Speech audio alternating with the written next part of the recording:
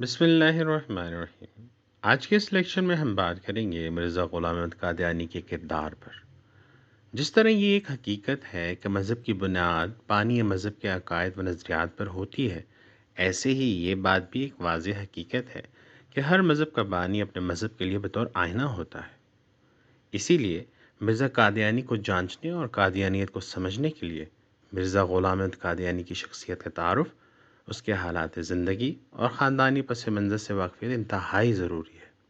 لیکن قادیانی طبقہ مرزا قادیانی کی شخصیت و کردار پر گفتگو کرنے سے اس طرح گھبراتا ہے جیسے شکار تیر سے۔ امت مرزائیہ کی ہمیشہ یہ کوشش ہوتی ہے کہ کسی بھی طرح مرزا قادیانی کی شخصیت زیر بحث نہ آئے، کیونکہ قادیانی کتب سے مرزا قادیانی کی جو صورت نمایاں ہوتی ہے وہ بڑی بھیانک ہے۔ مرزا قادیانی کی دعوت جات پر نظر ڈالیے، اس نے بتدریج خادم اسلام، مبلغ اسلام، مجدد، مہدی، مسیح مسیح، ذلی نبی، مستقل نبی، انبیاء سے افضل، حتیٰ کہ خدائی تک کا دعویٰ کیا۔ یہ سب کچھ ایک طے شدہ منصوبہ، گہری چال اور خطرناک سازش کے تحت کیا۔ متحدہ ہندوستان میں جب انگریز اپنے ظلم ستم اور شیطانی حربوں سے مسلمانوں کے قلوب کو مغلوب نہ کر سکا تو اس نے ایک کمیشن قائم کیا جس نے پورے ہندوستان کا سروے کیا اور واپس جا کر برطانوی پارلیمنٹ میں رپورٹ پیش کی کہ مسلمانوں کے دلوں سے جذبہ جہاد مٹانے کے لیے ضروری ہے کہ کسی ایسے شخص سے نبوت کا دعویٰ کرایا جائے جو جہاد کو حرام اور انگریزوں کی اطاعت کو مسلمانوں پر فرض قرار دے۔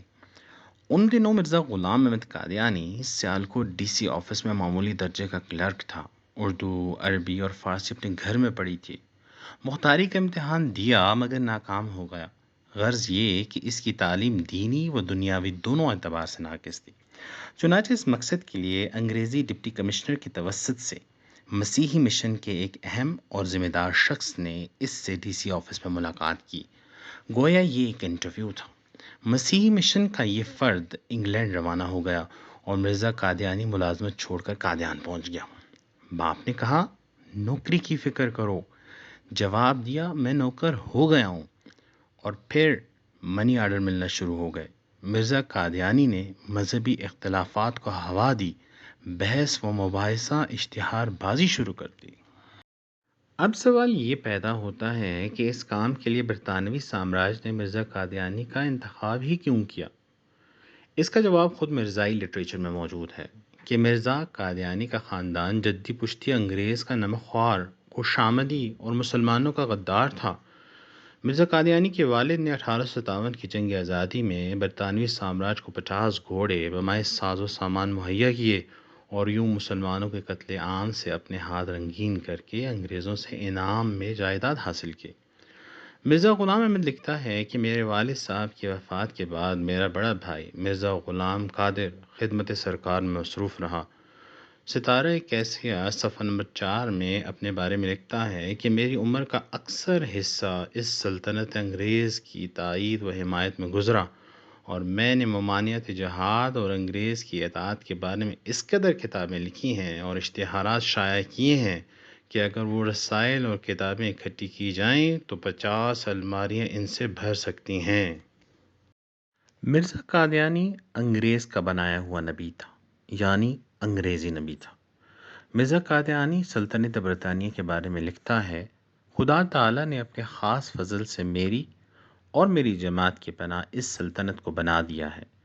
یہ امن جو اس سلطنت کے زیر سایہ ہمیں حاصل ہے، نہ یہ امن مکہ معظمہ میں مل سکتا ہے اور نہ مدینہ میں اور نہ سلطان روم کے پایہ تخت قسطنطنیہ میں۔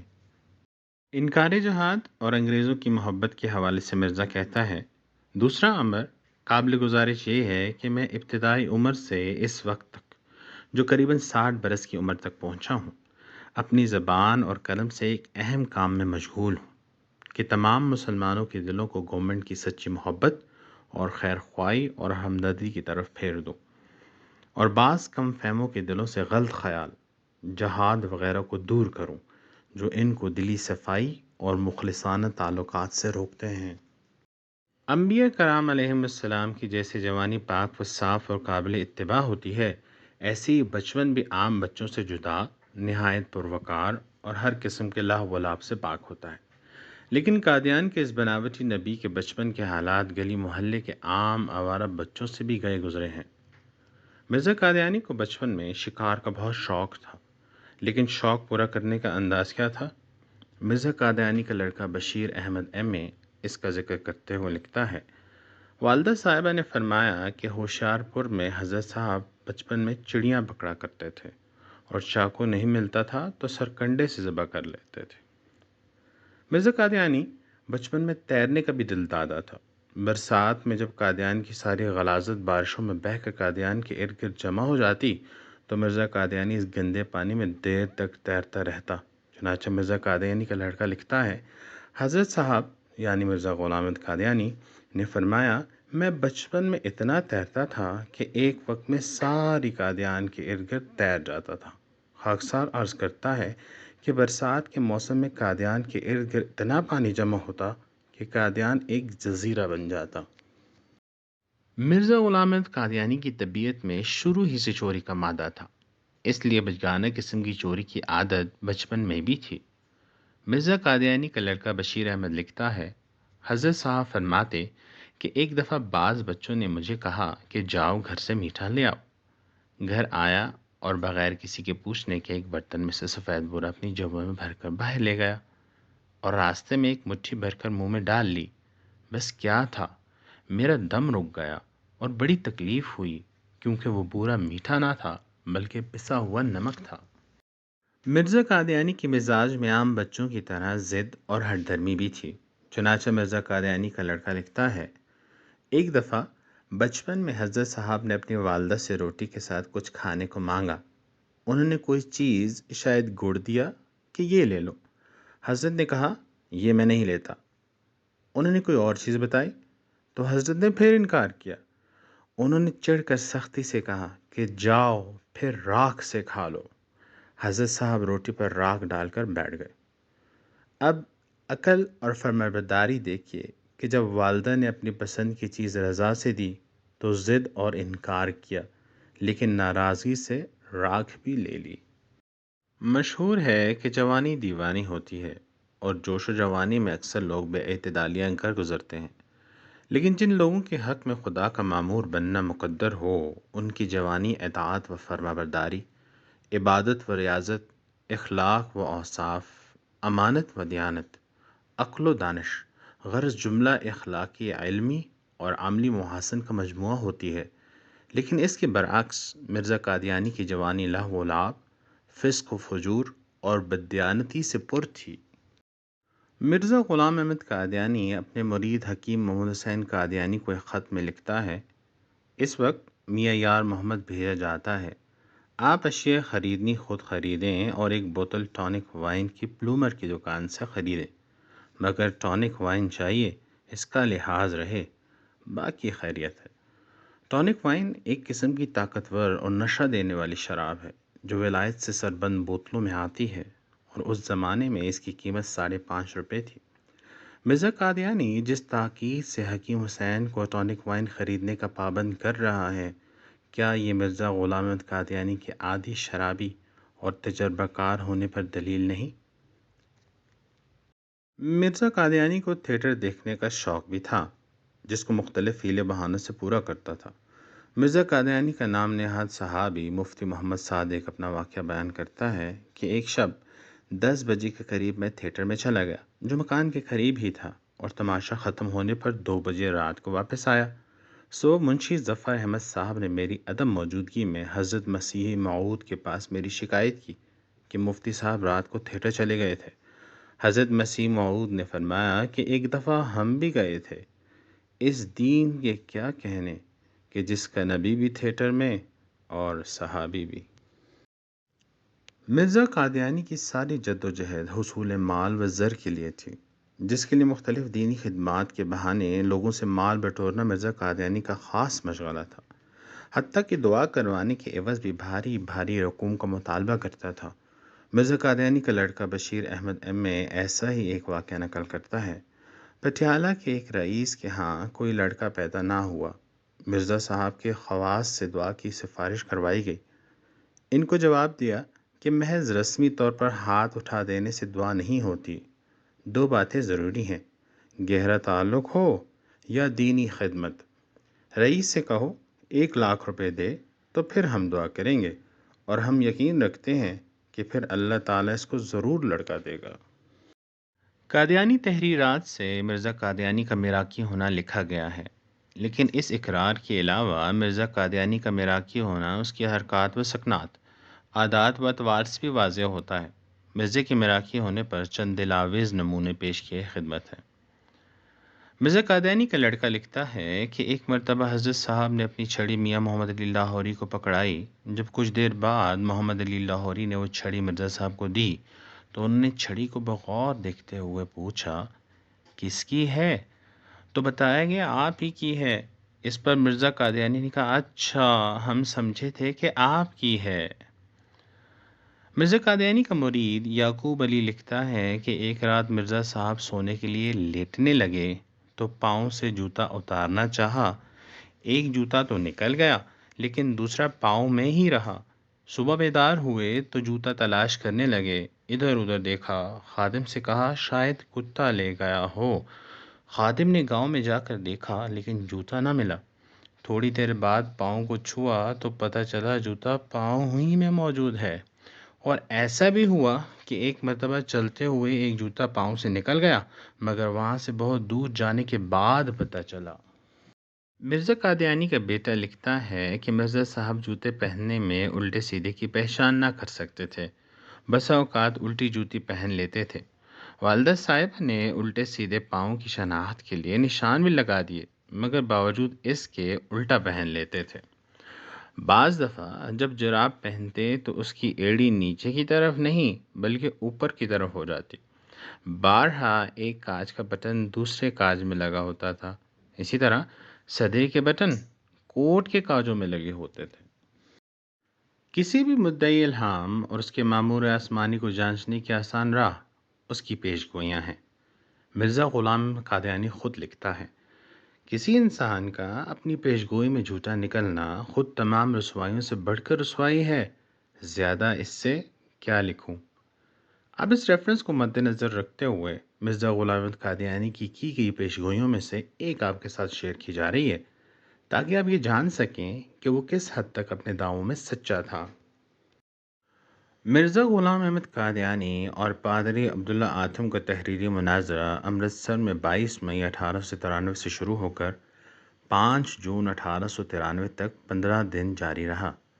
مرزا غلام احمد قادیانی اپنی 5 جون 1893 کی آخری تحریر میں عبداللہ آتم کی موت کی پیش گوئی کر رہا ہے۔ آج رات جو مجھ پر کھلا وہ یہ ہے کہ جب میں نے تضرع اور ابتحال سے جناب الہی میں دعا کی کہ تو اس امر میں فیصلہ کر، اور ہم عاجز بندے ہیں، تیرے فیصلے کے سوا کچھ نہیں کر سکتے، تو اس نے مجھے یہ نشان بشارت کے طور پر دیا کہ اس بحث میں دونوں میں سے جو فریق عمدہ جھوٹ کو اختیار کر رہا ہے اور سچے خدا کو چھوڑ رہا ہے اور عاجز انسان کو خدا بنا رہا ہے، وہ انہی دنوں مباحثے کے لحاظ سے یعنی فی دن 1 مہینہ سے لے کر 15 ماہ تک حاویہ میں گرا دیا جائے گا، اور اس کو سخت ذلت پہنچے گی، بشرطے کہ حق کی طرف رجوع نہ کرے۔ میں اس وقت یہ اقرار کرتا ہوں کہ اگر یہ پیشگوئی جھوٹی نکلی تو میں ہر ایک سزا اٹھانے کے لیے تیار ہوں۔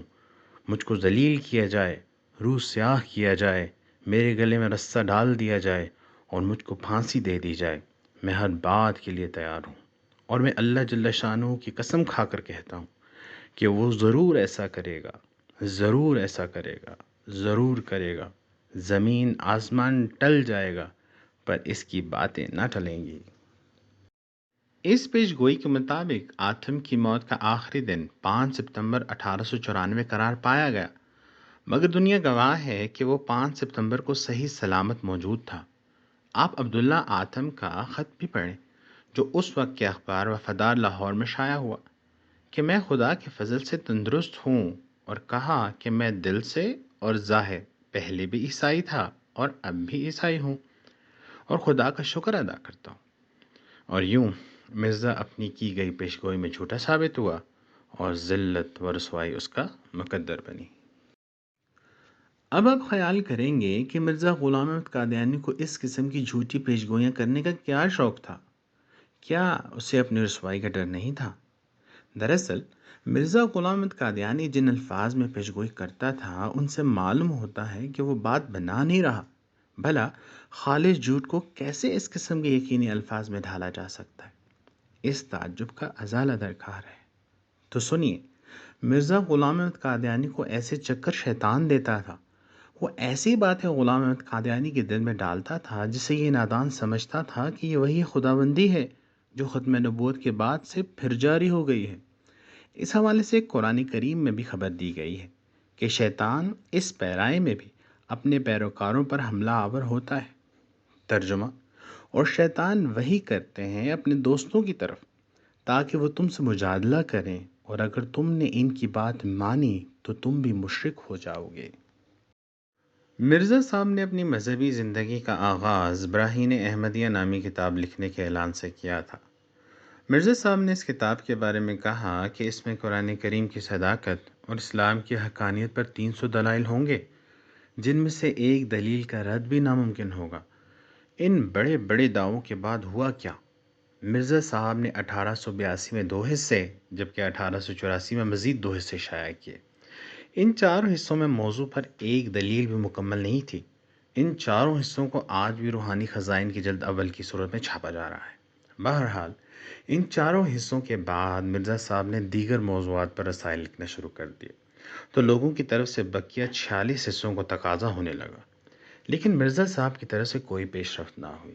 جب ایک لمبا عرصہ گزر گیا اور لوگوں کا تقاضا شدت پکڑ گیا کہ یا تو ہماری باقی رقم واپس کر دیں یا بقیہ 46 حصے، پھر 21 سال کے بعد 1905 میں مرزا صاحب نے نصرت الحق نامی کتاب لکھنا شروع کی تو صفحہ نمبر 73 پر جا کر خیال آیا کہ اسی کتاب کو براہین احمدیہ حصہ پنجم کے نام سے شائع کر دیا جائے.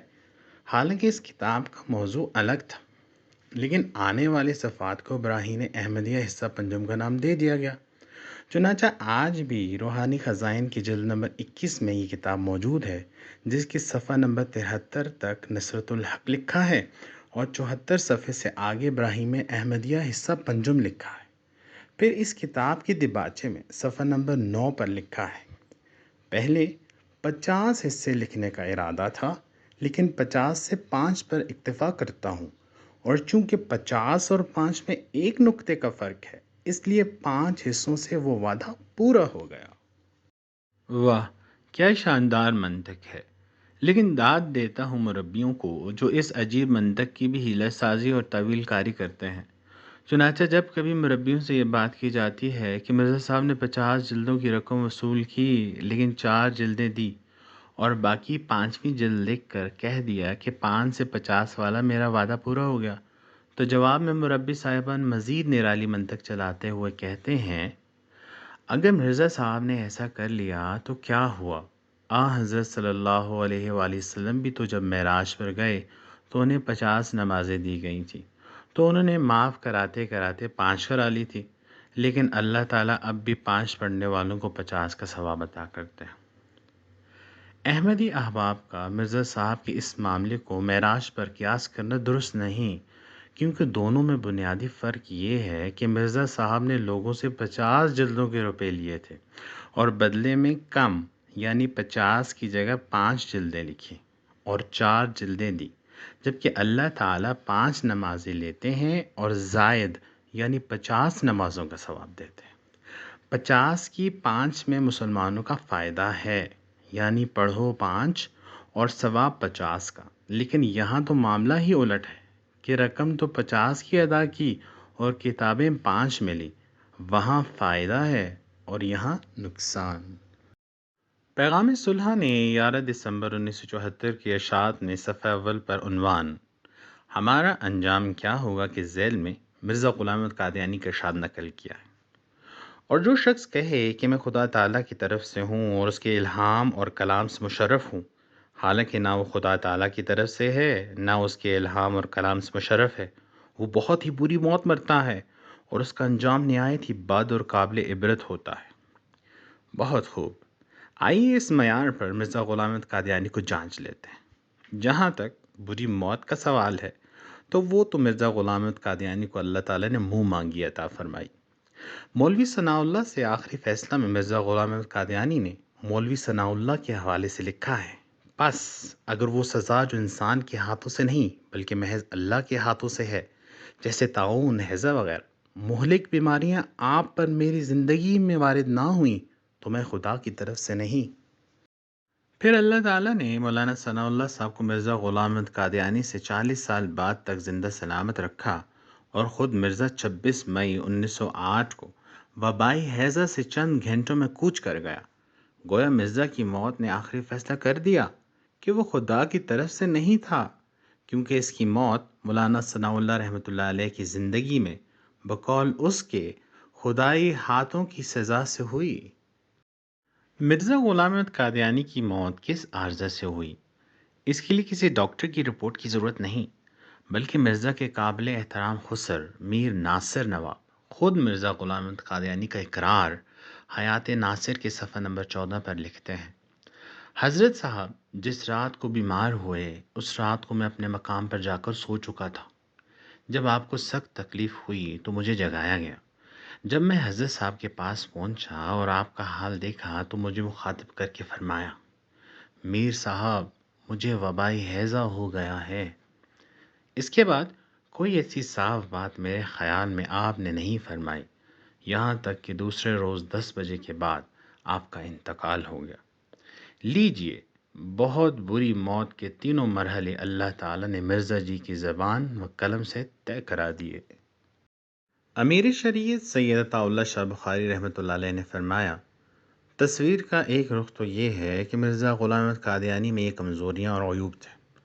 اس کے نقوش میں توازن نہ تھا، قد و قامت میں تناسب نہ تھا، اخلاق کا جنازہ تھا، کریکٹر کی موت تھا، سچ کبھی بولتا نہ تھا، معاملات کا درست نہ تھا، بات کا پکا نہ تھا، بزدل اور ٹوڑی تھا، تقریر و تحریر ایسی کہ پڑھ کر متلی ہونے لگتی۔